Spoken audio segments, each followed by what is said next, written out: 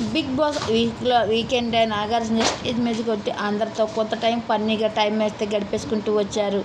అయితే ఇక ఒక్కొక్కరి గురించి మాట్లాడుకుంటూ వచ్చిన తర్వాత శుభశ్రీ దగ్గరికి వచ్చారు. శుభశ్రీ, ఏంటమ్మా నువ్వు బాగానే ఆడుతున్నావు గేమ్, నీ పని అయితే నువ్వు చేసుకుంటున్నావు, ఎవరైనా అంటే ఒప్పుకోలేదు, నాకైతే నీ పద్ధతి నచ్చిందంటూ చెప్పారు.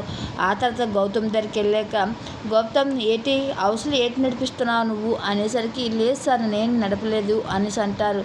అయితే ఒక డాక్టర్ వై ఉండి ఇలా చేస్తావా అని పన్నీగా తన టైం ఒక జోక్ అయితే ఇస్తారు.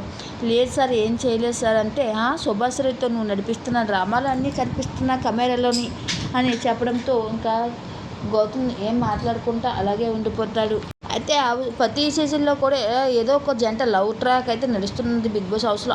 అలాగే ఈ సీజన్లో కూడా ఇక శుభశ్రీ గౌతమ్ లవ్ ట్రాక్ అయితే హౌస్లో ఎంత గాఢంగా నడుస్తున్న సంగతి తెలిసిందే.